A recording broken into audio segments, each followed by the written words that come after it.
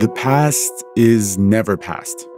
This phrase, which is a remix of a passage by the famous American writer William Faulkner, is basically the tagline for this show. But it isn't just a tagline. It's kind of like a guiding principle. Here on Throughline, we're constantly trying to understand the mechanics of history, its limits, the way it oscillates between the light and shadows, darkness and hope, and ultimately how the past and our interpretation of it has shaped the world we live in today. This task can be especially challenging when it comes to the history of the country we live in, the United States. The complex, murky, painful, and beautiful history of this country has always been ammunition for the political battles of the present. This is because the story we're told about the past shapes the way we view the world and our role in it. So history becomes something we're always updating and fighting over. Whose stories are being told? Whose are being left out? Who gets to decide what stories we teach our children? Who gets the final word on truth? There's a battle waging across this country over these questions. And there's one person who, for the last few years, has been at the center of it. My name is Nikole Hannah-Jones. I'm a reporter at the New York Times and the creator of the 1619 Project. In 2019, Nikole Hannah-Jones conceived and curated the 1619 Project, a collection of essays by scholars from different disciplines that reframes the origin story of the United States. It contends that the date 1619 should be at the center of our national history. It's the date the first people of African descent were forcibly brought to what would become the United States. And it says that the only way to fully appreciate the vast complexity of American history and identity is to understand the legacy of slavery and racism experienced by Black Americans and the powerful role Black Americans have played in our democracy. We have a country that was founded on these ideas of individual liberty, of inalienable God-given rights, which is unique to the world to have a country actually founded on those ideas. And we were not unique in the world in not giving most people rights. We were unique in the world, though, in saying that we were a country based on individual rights while depriving so many people of any rights. That to believe then that founding narrative requires a great deal of historical amnesia. We just can't think about those contradictions. We just can't think about those hypocrisies, because if you do, then you have to upend the entire identity of America as an exceptional nation and an exceptionally free nation. So that forgetting becomes necessary, because that's the only way you can maintain the belief in American exceptionalism. But of course, if you're Black, if you're Indigenous, you can't forget that. How can you forget? Everything about your experience is a reminder of that. And so that forgetting is just not possible. Nikole began her career as an investigative journalist at the News and Observer in Raleigh, North Carolina. For years, she covered everything from education to housing, eventually becoming a prominent reporter at the New York Times. She also became one of the most influential voices on Twitter. And her clever and actually really funny Twitter handle, Ida Bae Wells, is a play on a name. The name of a journalist from the early 20th century. A name that gives us an insight into how Nikole Hannah-Jones views her own work as a journalist. There's no bigger influence on me than Ida B. Wells. I remember discovering her autobiography and just being shocked that a Black woman who had been born right around the time of the Emancipation Proclamation could be so audacious, so confident, and so assured in kind of the moral nature of her work. She was a feminist, a suffragist, a civil rights activist, and an investigative reporter who challenged not just mainstream white America, but also Black men who didn't believe that Black women should be leaders when it came to fighting for civil rights. So it's just really hard for me to overstate what a kind of North Star she has been for me. Nikole Hannah-Jones' platform is astronomical compared to anything Ida B. Wells could have imagined. The 1619 Project started out as a special issue of the New York Times Magazine. It took over the entire issue in August of 2019 and sold tens of thousands of copies. It's now in development to become a TV show and was just released as a book, with lots of new material that didn't fit into the original magazine publication. In the beginning of the book, there's a photo of a man. He is young and wearing a military uniform while standing in front of a Jeep. The look on his face is a combination of pride and the shyness that often accompanies young adulthood. He is Nikole's father, a man whose complicated relationship to his identity as an American was the inspiration for her opening essay. My dad, as I talk about in the essay, was one of the smartest men that I knew, a voracious reader, a very astute observer of the world, a history lover like myself. But he was also a Black man born into apartheid America and never had the type of opportunities to live up to the potential that he had. And when he passed away, he really had believed that his life hadn't amounted to much. Just the thought that this man who didn't think his life had amounted to much, that all of these people will see his name and know his story and know the influence that he had on giving me the opportunities to be in a position to create something like the 1619 Project, it has been deeply emotional for me. When we come back, how Nikole Hannah-Jones discovered the significance of the year 1619 and how that set her on a path towards a new American origin story. Hey, this is Manjareen Safat. I am currently in Oklahoma City, and you guys are all listening to Throughline from NPR. Support for NPR comes from Newman's Own Foundation, working to nourish the common good by donating all profits from Newman's Own food products to charitable organizations that seek to make the world a better place. More information is available at newmansownfoundation.org.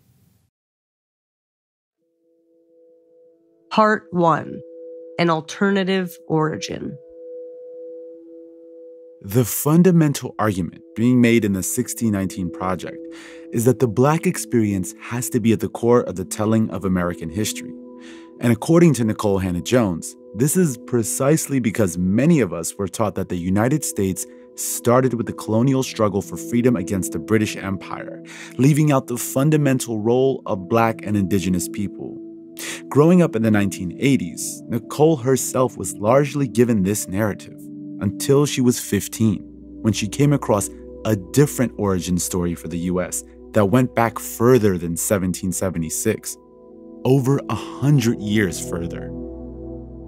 So I first came across the year 1619 as a high school student. My high school offered a one-semester Black Studies elective course, and I learned more in the 3 months of that course than about Black people, not just in America, but across the diaspora, than I'd ever learned in my entire academic career. And as a Black girl who, I think like most kids, believed that if it was important, we would be taught it in school. The absence of learning about Black people led me to believe that Black people had not accomplished much of note for us to learn about, and that's why we were invisible. So taking this class led to an obsession to learn more. And I would ask my teacher to give me books to read outside of the class. And he gave me Lerone Bennett's Before the Mayflower, which is where I first came across the date 1619. I'd never been taught it in school. I'd never been taught it from a movie, from documentaries I'd watched on television. And I just was shocked that Black people had been here that long and that slavery had been here that long, right? It literally one of the oldest institutions in the English colonies. So I've thought about that date and both the power of the date and the power of the erasure of that date since I was 16 years old. So that's 30 years.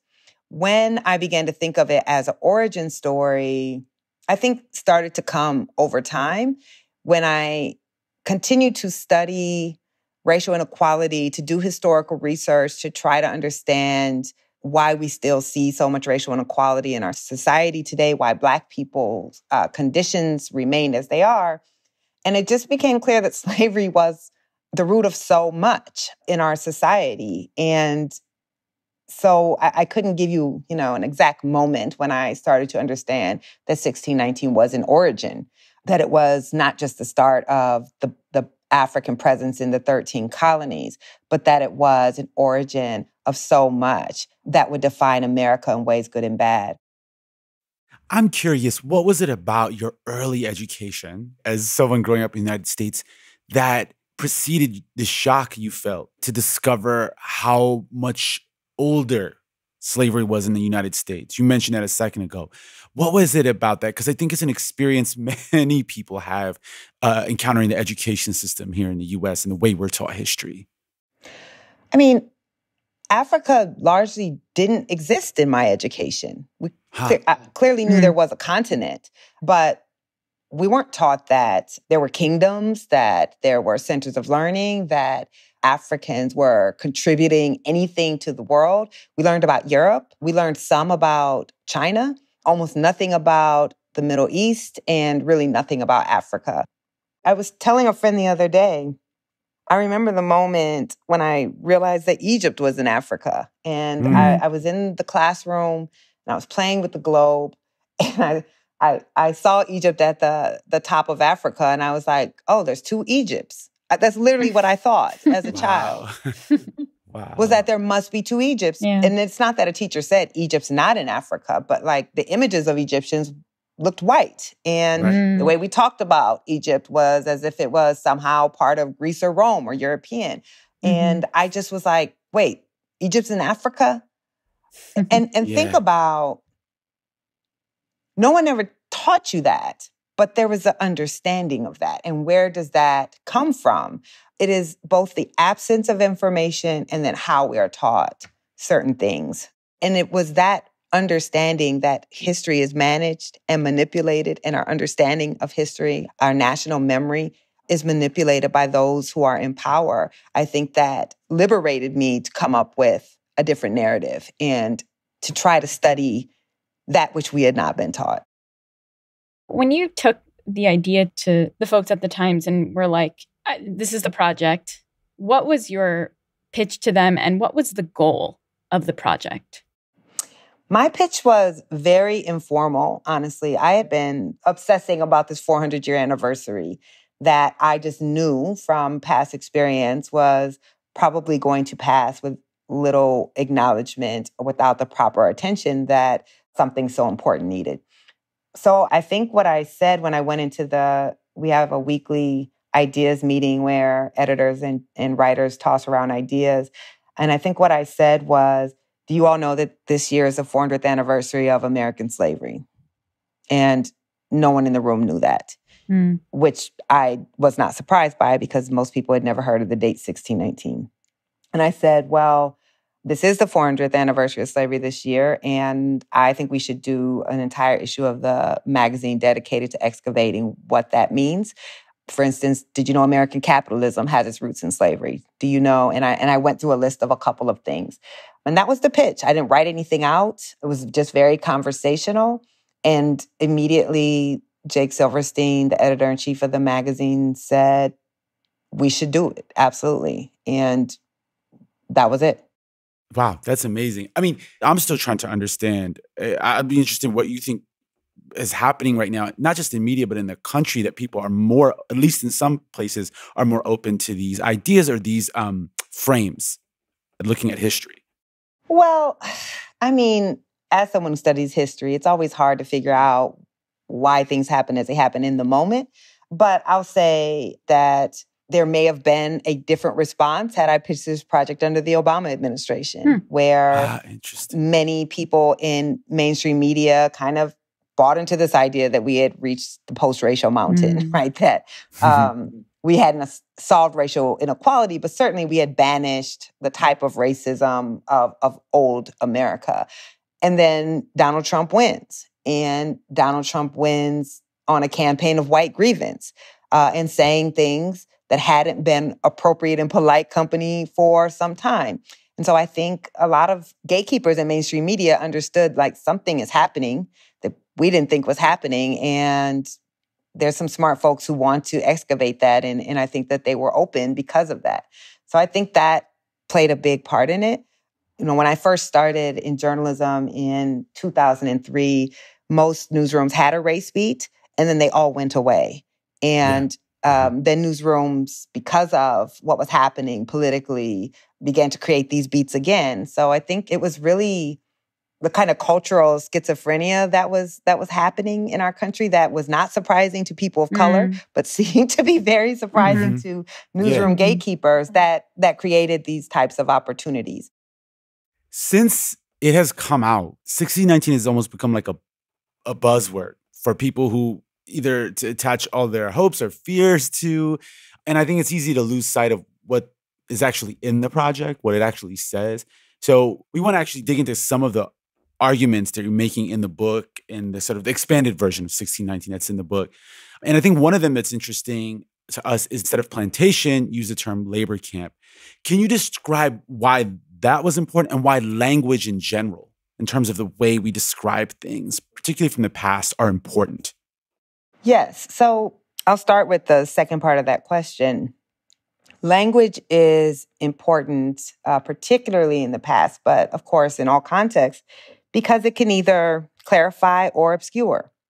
It can either justify or explicate, right? And one of the things I did early on was I created a guide on language. So the language will be uniform. And that said, we won't call human beings slaves. We're not going to use the euphemism of a plantation. We don't use blacks as a noun. And that language was important because when you call someone a slave, you're saying that's who that person was. But slavery was a condition. And of course, the entire reason people were defined as slaves was to strip them of their humanity, to treat them as something that could be owned, not as someone, a human being. So it was really important to me to not continue to dehumanize people who had been dehumanized, but also to force an understanding that these were people who had a condition forced upon them, but this was not their identity. Plantation, I think the usage of the word plantation is why we have weddings on the sites of torture, on the site of forced labor, on the sites of places where human beings, through extreme violence or the threat of violence or coercion, were forced to labor for life for no pay, where their children were bought and sold away from them, that we can see these as vacation sites, that we can have these kind of bucolic images of Gone with the Wind in a way that you would never see on a concentration camp in Germany. So that language then facilitates the erasure of what happened in these spaces. But if you name them what they were, which was these were slave labor camps, these were forced labor camps, then that gives us the proper image and context for what we're talking about. To me, you could not do a project like this and allow the language to obscure the atrocity that slavery was. In fact, I wanted the language to jar you and to force you to do this little switch in your head that, my God, the plantation was not Gone with the Wind. The plantation was everything that was happening off camera that you could never see. We have largely used language to obscure those things. And this clearly is an effort to challenge that understanding. In addition to the success of 1619, it's also been the subject of scrutiny and criticism. When we come back, we talk to Nikole Hannah-Jones about the debates triggered by her project and what they tell us about the ongoing battle over American history.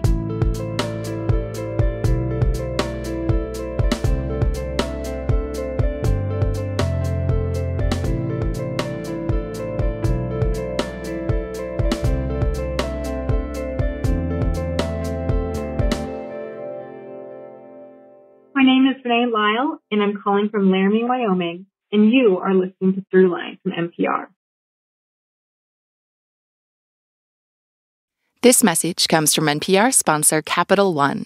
With Early Paycheck, you can get your direct deposit up to 2 days earlier. And with no fees or minimums on checking and savings accounts, banking with Capital One is the easiest decision. Terms apply. See CapitalOne.com/bank. Capital One N.A., member FDIC. Part 2. The pushback. Countless school districts are now using the 1619 Project from the New York Times, for example, as a curriculum. That project is the work of an out-of-the-closet racial extremist called Nikole Hannah-Jones. All right, the 1619 Project creator defending her racial curriculum against the push to stop it from being taught in our kids' schools. This is a lie. They're trying to equate critical race theory, unfounded by any fact, with what facts we have known for hundreds of years. Take our history, turn it upside down, and empty it, and we lose any sense of what we have as an American identity. All men are created equal, and the history of America is the long and sometimes difficult struggle to live up to that principle. That's a history we ought to be proud of, not the historical revisionism of the 1619 Project, which wants to indoctrinate America's kids and teach them to hate America. Many parents, understandably, deeply resent this. It's deranged. It's racist. The Cultural Revolution has come to the West.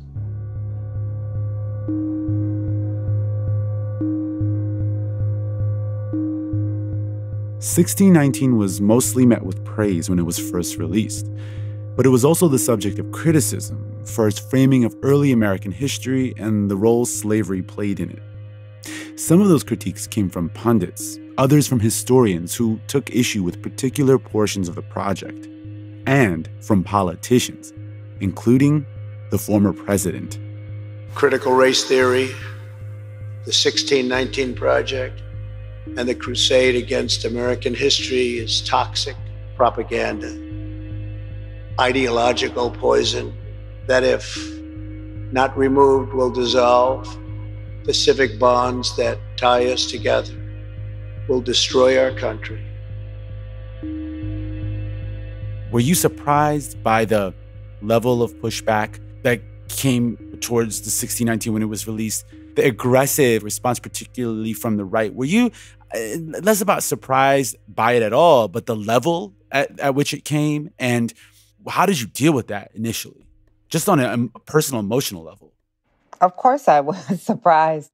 No one could have expected the level, the longevity, the extent to the pushback. I certainly expected pushback. I mean, this is a project in the New York Times arguing that slavery is the foundational American institution, that our founders were, many of them, if not most, hypocrites who said they were founding a nation on the idea of freedom while engaging in slavery. You don't make that argument in the New York Times and not expect pushback. The duration of it, though, the level of the vitriol, the fact that the president of the United States was castigating the work, that sitting senators are trying to prohibit the work from being taught, the fact that the project is banned in state law in several states in this country and likely will soon be prohibited from being taught in schools in several others. No one could have predicted that. I've been writing about racial inequality for 20 years. It was only when I created a project to unsettle the established narrative, our collective understanding of our country, that I've become the center of this type of campaign. And I think that speaks to how powerful collective memory is and how collective memory is used, how it is managed, how it is manipulated to maintain powerful people in power. And that's actually what they find dangerous. So how have I dealt with it is dependent on the day. There have been some really difficult times in the last 2 years, efforts to discredit not just the work, but me as a journalist, threats of violence. Wow. We had a president who openly stoked violence, who was tweeting about my work, and that just sends a different type of person into your inbox and into your DMs and onto your voicemail. But at the same time, I understand that you would not see this type of organized pushback against the project if the project had not been immensely successful at achieving its goals, which is leading people to have to think differently about their country and therefore think differently about what is demanded of our society today if we want to live up to our highest ideals. So I in some ways, take it as a badge of honor that 2 years out, you can still see daily people trying to discredit the project because that's a measure of the power of what we were trying to do. Mm. How do you characterize their pushback? Like, what is the pushback and what is it reflecting in terms of the ideology on the right that 1619 has been used by senators, by the former president, as sort of a rallying point? Well, you can't disentangle what's happening around the 1619 Project right now with last year's so-called racial reckoning. Last year we saw the largest protest for civil rights and Black lives in the history of the world. You saw all white communities participating in Black Lives Matter marches. And people were evoking this 400 years, right? This narrative of this is a 400-year struggle. They are invoking the year 1619, and they are making these connections to what happened, not just to George Floyd and Breonna Taylor, but the material conditions of Black Americans back to this legacy of slavery. And the narrative is what changes the policy, of course. So we know that if people start to think differently and understand their country differently and understand the inequality in their country differently, then they will support policies that are reflective of that understanding. If you think Black people are more likely to be stopped by the police because they're more criminal, or that Black people are more likely to be poor because they just don't want to work hard, then you support a different policy than if you think that what happened to George Floyd is because Black people, since the institution of slavery, have been a target of a particular type of policing, or that the reason that George Floyd and so many others were struggling against poverty is because of this long legacy of history and anti-Blackness, then you support policies that will address that.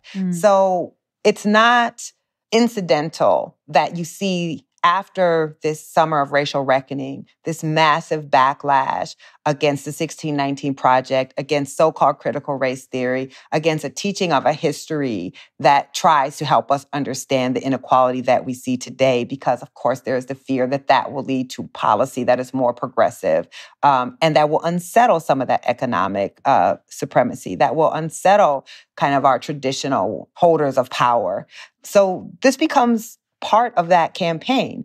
And Republicans decide they are going to run for re-election on this belief that, hey, these folks want to make you feel bad for your history. They want to blame you for the society that we live in. They want you, look, they're taking down Christopher Columbus. They're attacking all of these white people that we have valorized. They're taking something from you. And they're not going to stop just by taking your heroes. They're going to take things out of your pocket. They're going to tell you that you're bad. That's very successful if you look at history. The way that you break up these multiracial coalitions is you drive into the oldest wedge issue in America, which is race. And we were warned about this. And when we were told they're going to use 1619 in the presidential campaign, it sounded like the most ludicrous thing I'd ever heard. Like, who's going to use a work of journalism about slavery in a political campaign? But they have. And they have managed to turn it into a very effective wedge issue. That's interesting you bringing that up, because one of the criticisms of the 1619 Project from the left, particularly from socialist or Marxist, has been that looking at American history through a racial lens strictly leaves out kind of really important dimensions about class and about multi-kind of racial and multi-structured kind of movements against economic power structures in this country. That was a criticism laid at 1619, but just more in general about taking kind of a racial lens at looking at history. How do you respond to that critique? Well, one, the 1619 Project is a project about the legacy of slavery. So I never understand this critique that the project didn't address every other issues that have been used to divide people in society. It's not a project about women and gender. It's not a project about what happened to Indigenous people. It's not a project about class. It is a project about the legacy of slavery, and slavery was a racial institution. So I don't think that that is a justified critique. And I think really people who accuse the 1619 Project of race essentialism are themselves trying to be class essentialists. Because the truth is, if you study history, there has not been very successful long-term class-based movements that have not been destroyed by race. And in the end, every example that they can give about class movements, those class movements always end because white people in the movement choose their whiteness over their class solidarity. This is what the slave codes that follow Bacon's Rebellion are about, is saying we have to divide Black and white people who are all struggling under a white elite from each other. And we do that by creating in Black people a distinct class that even the poorest white person can never fall below. So if you look at history simply on a class basis, you can give examples, very short-lived examples of cross-racial solidarity. And then you can show how each and every one of those movements is destroyed by racism. And further, if you remove the class element, so if you look at poor people who are Black and white, Black people are still worse off in every measure than people who are white and poor who have the same income. So how does one describe that? How does one explain the disparity in class, within class, without looking at race? So I think the project is open to all types of critique. And I would never pretend that the project is perfect in every way. But I don't think the fact that we didn't focus enough on class when class is racialized in this country is the right argument. The one thing I was going to ask about is the sort of one of the central arguments of the essay around the American Revolution, and it being in part, at least in part, or not largely, about American colonists trying to preserve slavery. There came criticisms from a number of historians, a number of prominent historians, about the veracity of that claim. From the most part, you've stuck to that argument. My question is, how did you choose to respond to that in the book, and why did you choose to kind of stick with that point of view, that argument? So I'm going to push back a little bit on that framing. Sure. I would say fewer than a dozen historians have come out against that argument publicly. Now, I can't speak to the whole profession and how many people have not said anything. Well, that's fair. But it's a small number of historians, and not even all of them are experts in the period of the American Revolution. We have more historians than that who wrote for the project. We have far more historians than that who agree with our framing of the American Revolution, who have also written publicly about that. And yet they never get brought up, and no one ever talks about all of the historians who publicly supported the facts that we argued in the framing about the American Revolution. Now, why did I stick with the argument? If you've seen the book, then you see the copious amount of endnotes from historians of the period of American Revolution that argument relies upon. We tend to think about history as being settled, right? There's these facts, this happened on this date, and this is who did it. But history is a field of consensus. And consensus does not mean that that's actually what occurred. And for a long time, historians didn't even deal with slavery in a revolution that was largely led by slaveholders. But you have, for the last 40 years, have had historians who are really trying to excavate the role of slavery. And they have come up with scholarship that says that slavery played a prominent role, particularly for Virginians, South Carolinians, in joining the revolution. And it is that scholarship that my project, or that section on the American Revolution, is based on. Mm-hmm. So why did I leave it in there? Because I think it's right. I think one of the things you just pointed out is that history isn't settled, and there's arguments made about history, right? Like people have perspectives. And one of the arguments that I've read you made is that, look, for most of American history, it's been one kind of type of person who's been able to make that argument, right? White men, for the most part, historians. And that now, as a Black woman living in the 21st century, making this argument, you're making a historical argument, right? Like that you're making an argument, like you said, history is like a collection of historical arguments that finally people settle on, and it's not ever settled. So it sounds to me like that's part of what this is about as well, is that there's a historical argument being made, just as there's been in the past. Yes. Right? I mean, this is history as told from the bottom. So Do we think that enslaved people were inanimate objects during the period of the American Revolution? That they were no different than the cattle? They were just kind of doing their work and not asserting themselves in the conflict, not understanding that there was the issue of slavery was at play here, right? Not actively engaging in what was happening. This is about focus. It's about if you're not interested in what they're doing, then you don't focus on it. But that's not objective history. And these wars within the profession have been ongoing. If we think back, if you're a history nerd, to when Annette Gordon-Reed, in her Pulitzer Prize-winning book, asserts that Thomas Jefferson had a relationship with Sally Hemings and had children by her. That work was castigated. Scholars of Jefferson said there is no way, that's false. Thomas Jefferson absolutely did not have children with Sally Hemings, and there is no proof that it happened. It is now the historical consensus, including even Monticello, that he did. I'm not arguing as a non-professional historian that I could never get anything wrong, because of course I could, because historians also get things wrong. What I am saying, as I've said many, many times, is I did not sit down at my desk one day and say, let me make up something about slavery and the American Revolution. That I wrote that because there was scholarship that backed it up, that I thought was compelling and that I believed.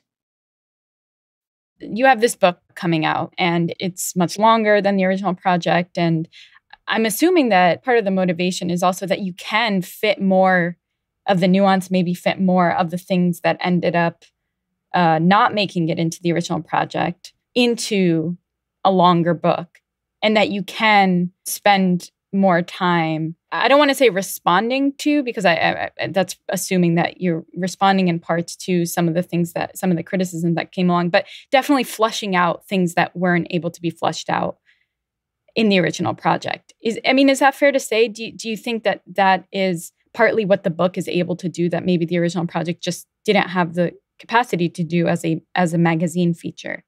Yes, absolutely.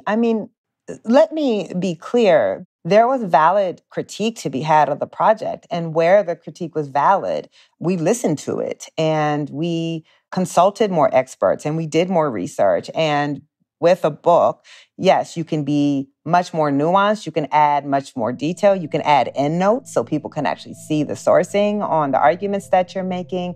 And as with anything, which happens with academic publications all the time. You publish something, you get the feedback on it, and then you revise it and you improve it, which is a very normal thing. It's just that the 1619 Project has become so politicized that people are like, oh, you revised? Oh, you must have got it wrong in the first place. No, revision is part of a normal process.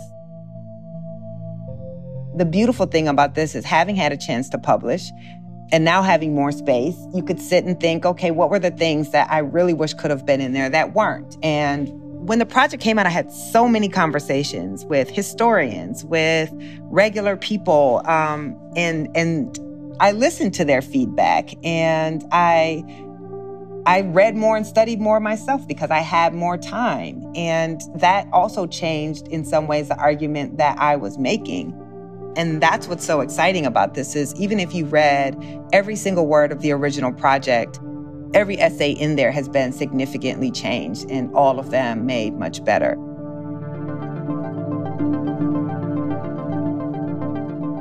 What's at stake in the battle for history? When we come back.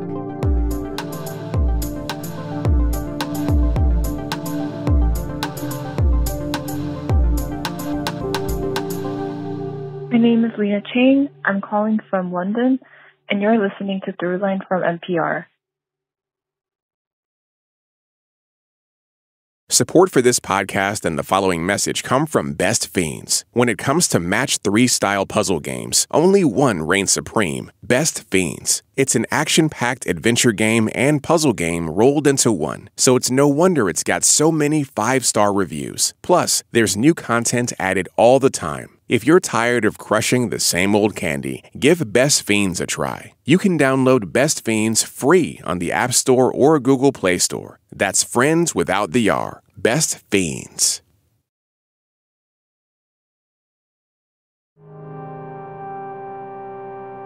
Part 3. The Country We Have. History and its accurate telling is at the heart of what Nikole Hannah-Jones is aiming for in 1619. It sparked an intense debate about what story we should be telling ourselves about this country. But the debate doesn't end there. Questions are often put to someone like Nikole Hannah-Jones, who does the work of storytelling and observation. Questions like, what are we supposed to do with this history? How can pointing out the darkness of the past be productive? How are we supposed to feel about it? And what's the point? According to Nikole, these questions miss the point. I don't know why it should matter whether it's pessimistic or optimistic. It is what it is. It's trying to make an argument about our society. And some people have, a criticism of the project is that they do feel it's not hopeful enough. It's too pessimistic. I'm completely unconcerned with that. I don't think it's true. I don't think you can read to the end of my essay where I say Black people have made astounding progress despite every obstacle, and that we have a right to fly the flag and feel proud of the country that we helped build, and think that that is a pessimistic essay. But I don't think that's a relevant question. This is the country that we have. And the last two essays in the project, one is by Ibram Kendi on progress, which gets to this notion that Americans, we need to just believe that we're always moving forward, even if the evidence is to the contrary, and that belief that we are better than we used to be and we're getting better, in the future, then alleviates us of the need to do something right now about all the inequality that we see. And then the final essay is on justice. And it says, okay, we've taken you through this whole history. We've shown you all of the ways that the legacy of slavery has hurt Black Americans, has corrupted our society. And it says we have a choice. That if you know it's all been created, then you know that it can be undone. And we are not captive to the past. We can't do anything about it, but we don't have to be held captive to it. But we do have a choice to make. And to me, that's tremendously empowering, because we can decide whether we will be the country of our highest ideals. Black people did not, until the end of the Civil War with the Reconstruction Amendments, believe in the Constitution. The Constitution laid out no vision for us as citizens or us as free individuals, but they did believe in those opening words of the Declaration. And the Declaration, which is a succession document, but the beginning graph says, we hold these truths to be self-evident, that all men are created equal, endowed by the Creator with inalienable rights. Of these are life, liberty, and the pursuit of happiness. Black people took those words and turned the Declaration into a freedom document. And I think that is the work that Black Americans have been doing since those words were written. And what we're calling on is the rest of America to join in the struggle to perfect those really majestic words of our founding. I wonder what you think is, in the present, what is at stake in revising and re-examining the past? And do you think that we as a country can move forward without a shared, agreed-upon narrative about the past? Why it matters to me is we have learned the history of a country that does not exist. And because we've learned a false history of a country that does not exist, we are unable to understand the country in which we live and to create the country of our highest ideals. So I don't know that there can ever be one single uncontested shared narrative, but I do think we are a nation that is exceptional in ways that we should not be proud of. We have an exceptional amount of income inequality. We are the only Western industrialized nation that does not guarantee health care for its citizens. We are the only Western industrialized nation that does not guarantee paid leave when you have a child. We have the stingiest social safety net of all of the countries that we like to compare ourselves. We incarcerate more people than any country in the world. These are legacies of settler colonialism, and these are legacies of African slavery. And until we are honest about that upon which we are built, we will never become the country that we believe ourselves to be. So I don't know if there is one collective unifying narrative about America. I think that the 1619 Project can be a unifying narrative, but only if you believe that Black Americans can be heroes of the story and that Black Americans are just as American and that a white American can see themselves in the struggle to make this a democracy and a land of equality, just the way we're expected to see ourselves in white founders. So can we get there? I don't know. I don't think that is the concern of a journalist is whether we can have a single unifying narrative. I think the concern of the journalist is to try to help us understand the society we live in and to get as close to the truth as possible. You know, one thing I'm thinking about here, kind of circling back to the beginning of our conversation is, and I know this is like asking you to imagine things, how would you know, but what would it have meant to you as the 16-year-old version of yourself to know that thing you discovered about 1619 would now be entering classrooms, right? So another 16-year-old will actually be coming across this through a curriculum. Oh, my God. Never in my wildest dreams could I imagine any of this. I did not even have this type of ambition for myself. I just wanted to write about Black folks for the Atlanta Journal-Constitution. That was my highest ambition. I had no idea anyone would ever know my name or that anyone would be discussing my work, or even, that my work would be considered so dangerous that it would be barred in state law. So I think when I think back to that very nerdy 16-year-old who had very little confidence and very little exposure to all that would be possible in the world, I would just like to go back and give her a hug. I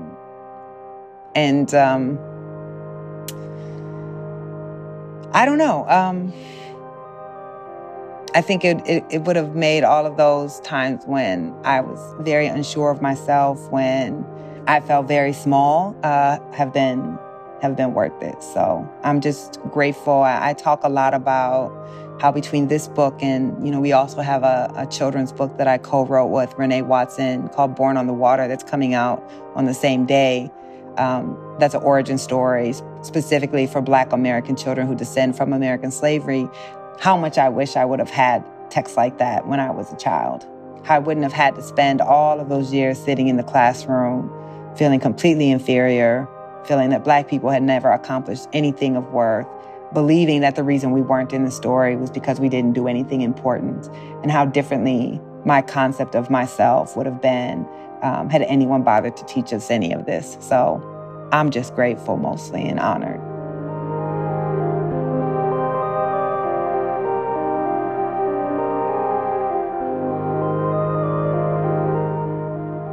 This has been really, really fantastic. Thank you so much. Thank you so much. Thank you. I really enjoyed the conversation.